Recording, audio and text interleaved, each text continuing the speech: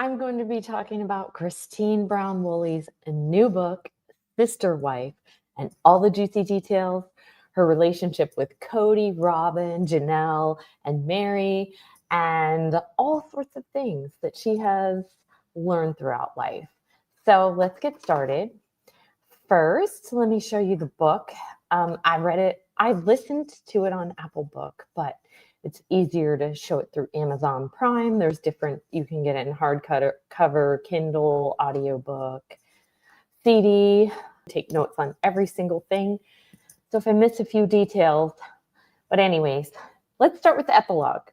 She says in the epilogue that she wishes she could have the relationship that and the love that Cody and Robin have together, that she saw what they had and she wanted that. So talk about chapters 1 and 2. Her grandpa died and asked a mom, he actually was killed because people didn't believe in polygamy. She grew up in polygamy as well. Let's see. So with Cody, she does talk about, let's start with 2020, the pandemic, because that was a huge thing. She cleaned a lot. This was as a child still. She cleaned a lot. She didn't follow all the rules, such as celebrating birthdays and holidays like Halloween, and they all go out. Because apparently their religion doesn't let you celebrate those things. Those were one of the rules that she didn't follow.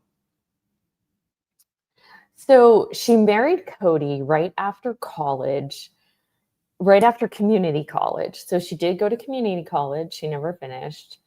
And Janelle and Mary were not at the wedding. It was just a very small private wedding. Janelle and Mary weren't even there, which why to her it was a big discrepancy that his marriage to Robin was this huge thing and all the sister wives and children were there.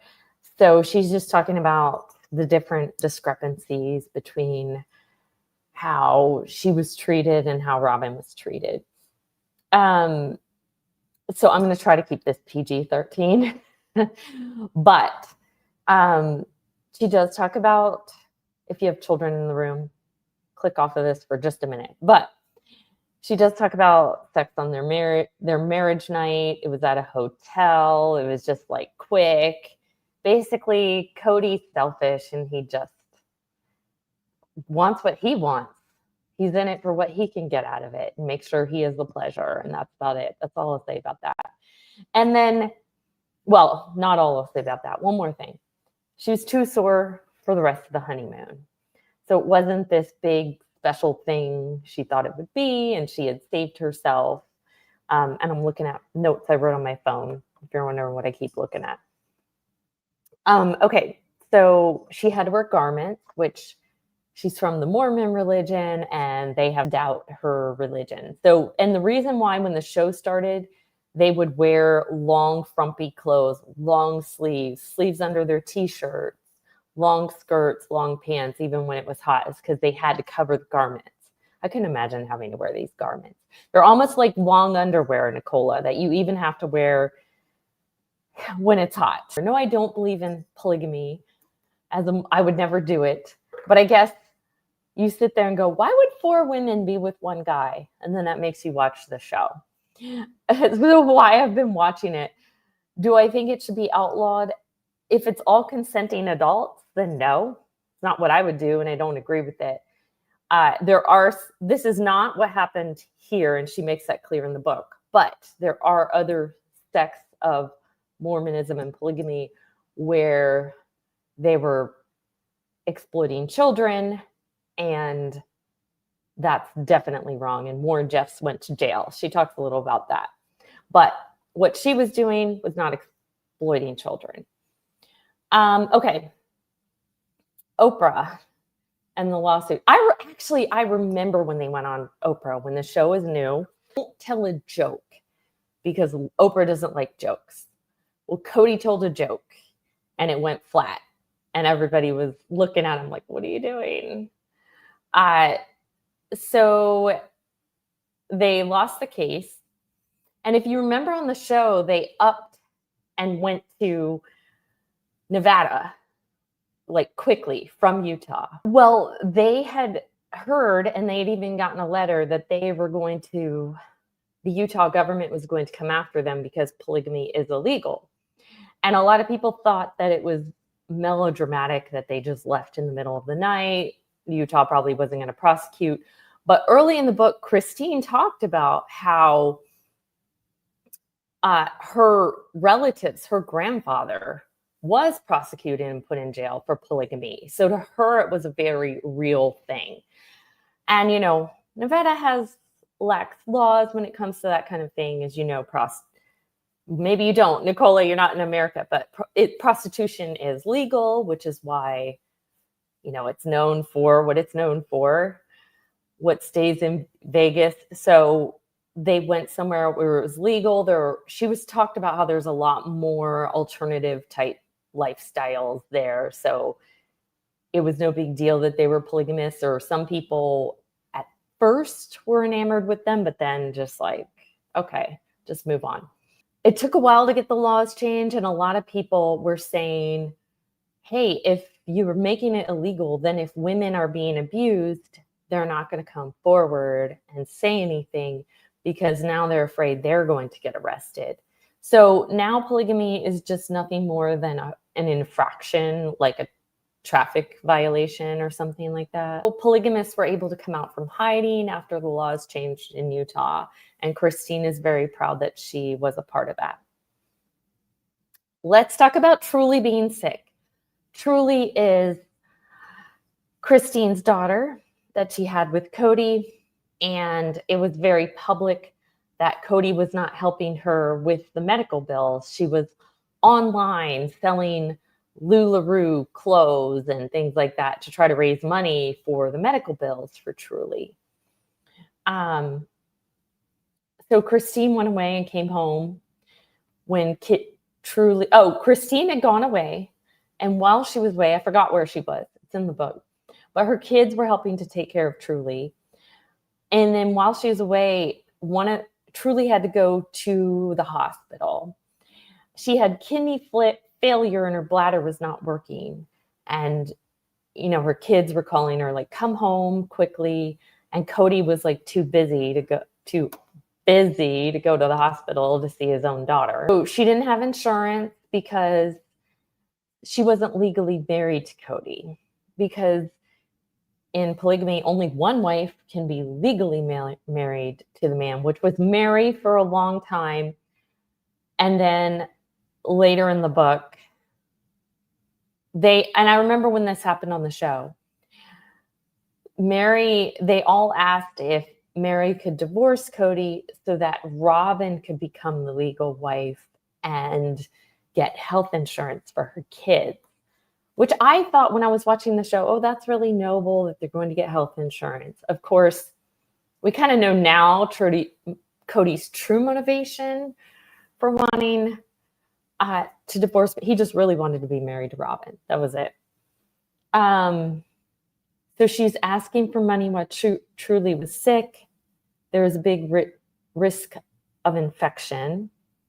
The surgeon was very cold toward her, which ended up later finding out she was one of the best surgeons, and glad that she had her. She just didn't have a good bedside manner. And later the surgeon had said, you know, I just didn't know how to handle it. It was hard for me seeing a child go through this, because apparently what she was going through with her kidney failure and bladder not working is not something typical, and you don't normally treat someone so young. So she had a lot of medical bills that need to be paid, and Cody was not helping her at all.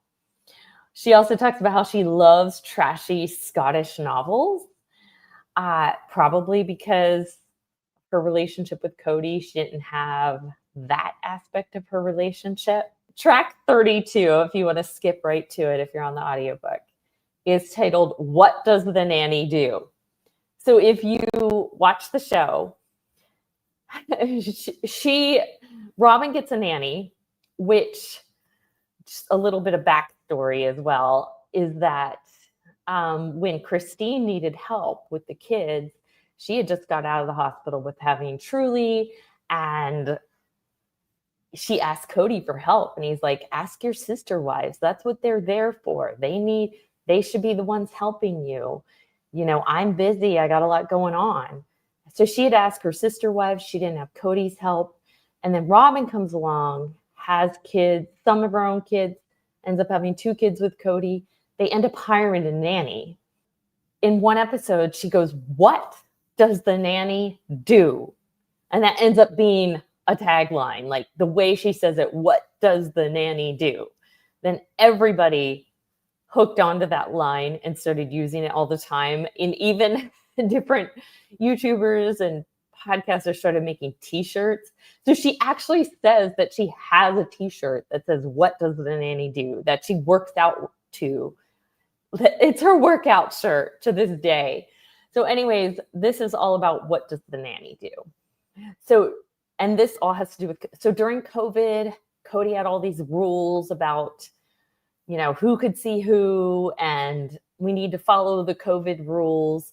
So he was really mad that some of his kids were working. So they were going out into the world and then they were coming back. And he was like, well, if you're not doing this, this, and this, I can't see you. So he was really strict about who was going to see who during COVID. But here they find out that Robin and Cody have a nanny who's coming in from the outside. He has all these rules for them of not being with outside people because of COVID, but they have a nanny who obviously, and guess what? The nanny ended up getting sick and having COVID. So he had all these rules because he didn't want COVID coming in, and it ended up being because of something they did.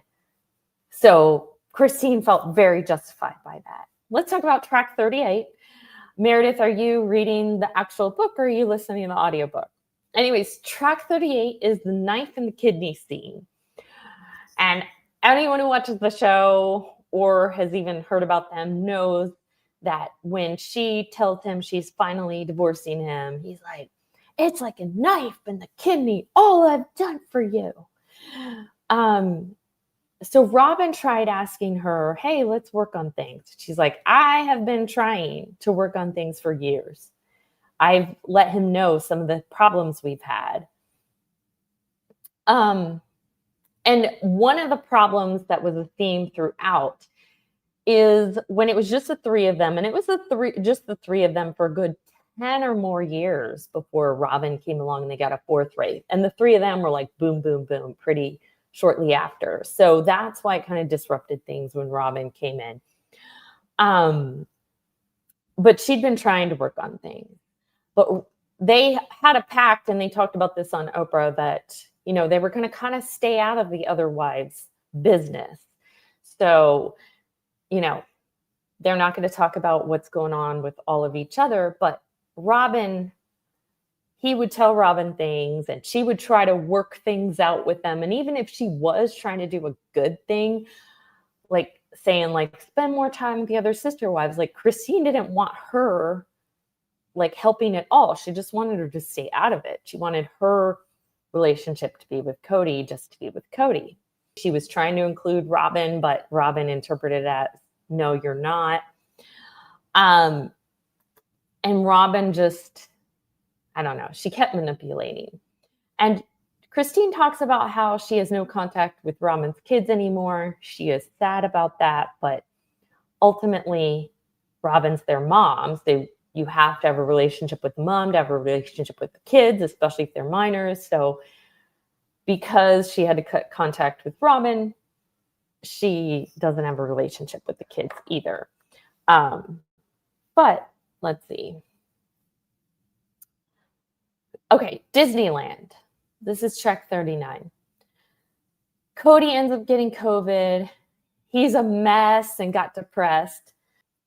And he demanded that Janelle come home from Disney, because Christine and Janelle and everybody were in Disney, to go buy medicine for him because he had COVID. Like, wait a second. you can get in your car and drive and get your own medicine.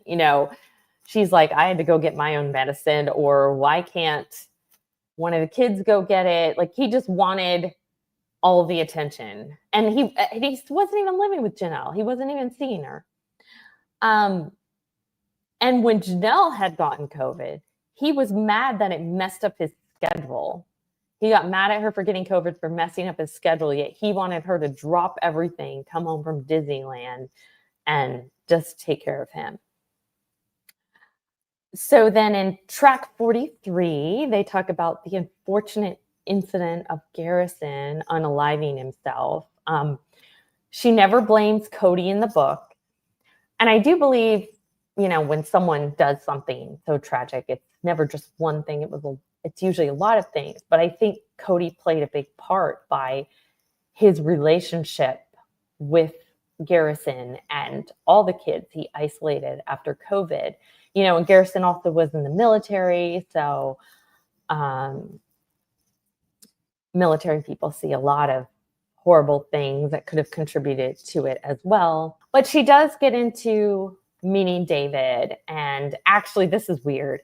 It was her son-in-law who says to her, "You need to get laid," which is so weird. So weird. Yeah, not something I'd want to discuss with my kids, whoever they marry. Yeah, that's weird. So she started the online dating and met some weird people. But David actually comes from a polygamy background. I think it's his mom, or was his grandma? Anyways, he's not a polygamist himself, but he has family lineage who was in the polygamy community. So they actually have some ties together, like relatives that know relatives. They figured out that they were both at a same wedding when they were 10. I forgot the connection, but they know some of the same people. So he also wasn't afraid of the fact that she'd been polygamous, but she didn't want to live it anymore. And she talked about how now she understands what Cody and Robin have, because she feels like she has that with David. She has that chemistry, that love, because chemistry is something you have or you don't. And she's like, Cody and I never had chemistry, which, since I didn't take notes, I forgot to talk about this part, but let's talk about him writing in a book that he found her unattractive, and the nacho incident, which is so disgusting. Even if you think that, why would you put that in a book? And why would you think it was okay? And she even asked him, if you weren't attracted to me, why did you marry me? Because he stole from her, and she says this, the ability for her to find her true love, or find someone that does truly love and appreciate her. And basically he told her it was because of her family lineage. I think it was her grandfather is some high up position in the polygamy community. Sorry if I have the details fuzzy. And so basically was using her for her status, which is so disgusting. So he puts in the book that they write together, I forgot what it was called, something about sister wives. I never read that book. Did you read that one, Meredith? But that when they were, I think, on their honeymoon, she gets a whole bunch of nachos, and the way that she was eating them just totally disgusted him, and he was never attracted to her. And that is disgusting. And of course, like it would anybody, when she heard that and read that, she questioned herself and had very low self-esteem, that she wasn't worthy, she wasn't attractive. So I am so glad she found David, who truly loves her for her, does think she's attractive. They do have, that chemistry together. Janelle, she liked her independence, so she didn't really care. And she actually learned from Janelle, because she would always sit around waiting for Cody. Oh, are you coming to this event? And he'd be like, maybe. So then she'd sit around waiting, not taking her kids to do something fun, because they were waiting to see what Cody would do. But Janelle would just be like, oh, hey, I'm gonna go to the pool with my kids. And she'd be like, well, what about, is Cody going? And she'd be like, I don't know, if he wants to come, he can come. We're going regardless. So she kind of learned from that, like, hey, I don't have to just do what I'm gonna do. And if he comes, he comes. With Cody, but the straw that broke the camel's back for her was how Cody treated her kids. Wouldn't see them because of the whole COVID thing. And Cody basically gave her an ultimatum, me or the kids. She's like, well, of course, I'm choosing my kids. And so that's what did it for Janelle. As we all know, it took Mary a lot longer because she really believed in the religion. And she kept,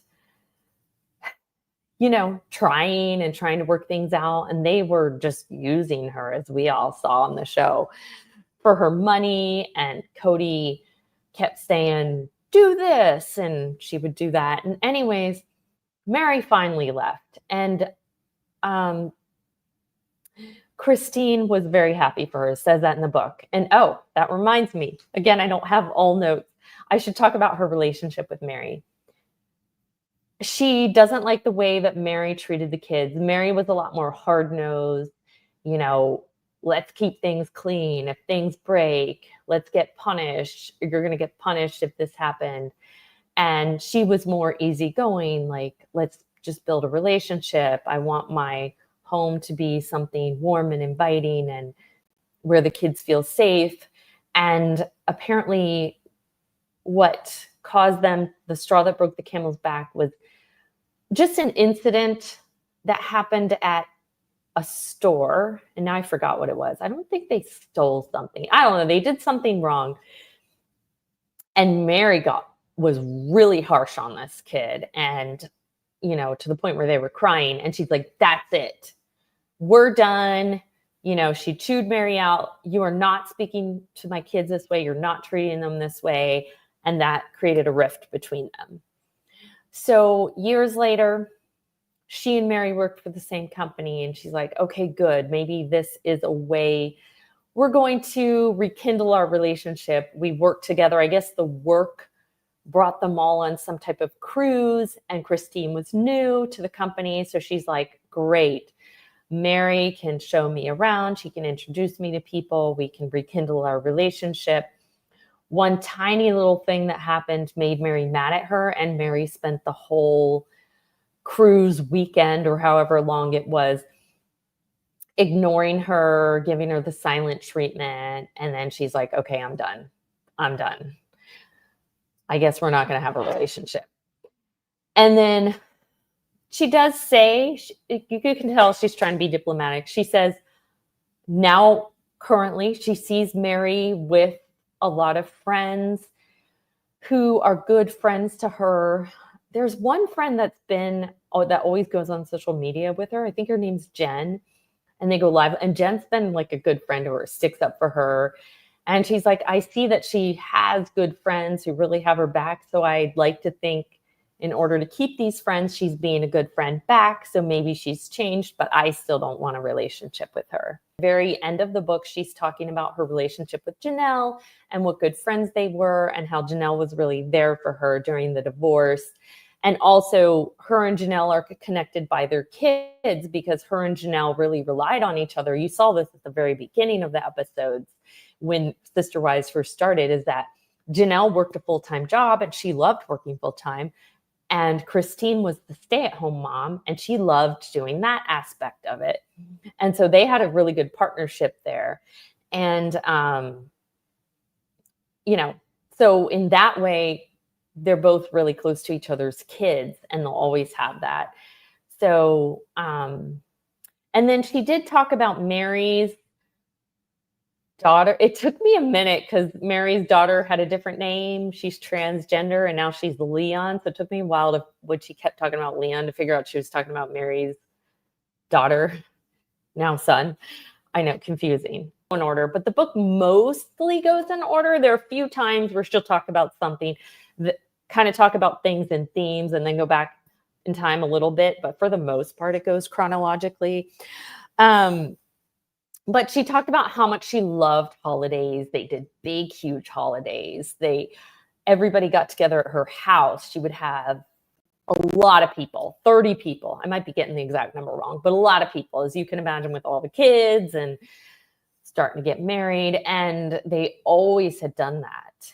And now, I guess when Robin came along, some of the things changed. She didn't like some of the holidays. They started celebrating some Jewish holidays. And I think that was kind of a compromise because Robin didn't like one of the holidays. I can't remember what it was. Robin was like, oh, I might be getting slight details wrong, but let's say Robin was like, oh, I don't like Halloween. And then they're like, okay, well, to compromise, because she doesn't want to celebrate Halloween, we'll celebrate this Jewish holiday, even though they weren't Jewish.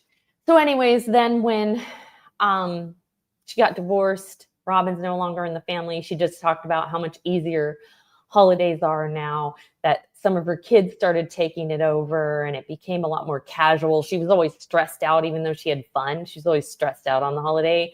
She went over to her daughter's house. I forgot which daughter, one of the older ones, who now was like, let's not have a set time. Let's kind of just do the holiday however we want. Let's have a glass of wine. Let's not worry about if all the food's out at the same time. And she says it's so much less stressful, a lot more fun, that her daughter kind of taught her how to do holidays a different way. And she said, though she had fun, she was always stressed out on holidays, and now she's not. Oh yeah, let's talk about how Robin criticized their bodies and I'm trying to be PG-13 if you have kids, and their time doing things when they're alone. She just talked about how different it sounds like it is with Robin. And she no longer wears her garments. She got rid of them. And that's why she started dressing better. And she did talk about, too, how Robin, when she came into the family, Robin still wore the garments, like the long garments, but Robin was, like, stylish. Like, she still was covered. She still wore long pants and long sleeves to cover the garments, but she didn't wear frumpy clothes. And she got criticized for that a lot, and how she's evolved with that. And she no longer wears the garments. This is something not in the book, but I've just seen interviews, is that he's now going on an apology tour. I think he's trying to get his reputation better. I mean, he's the one that ruined his reputation, not Christine, by the things that he did. And he's saying sorry in the press. And I've seen Christine interviewed, and she's like, I'll accept his apology when he works on his relationship with his kids. I think that's it. I talked about everything there is to talk about as far as the book goes. Let me know, for those who watch later, if you read the book and what you think about it. I recommend it. It's a quick read. If you read the audiobook, it's only 8 hours. I read a lot of audiobooks because I commute. So I'm used to a lot of 15-hour books, twice as long. So it's a super quick read. I got it Monday. I was done by Tuesday afternoon. I've been busy, so I haven't had a chance to go live till now.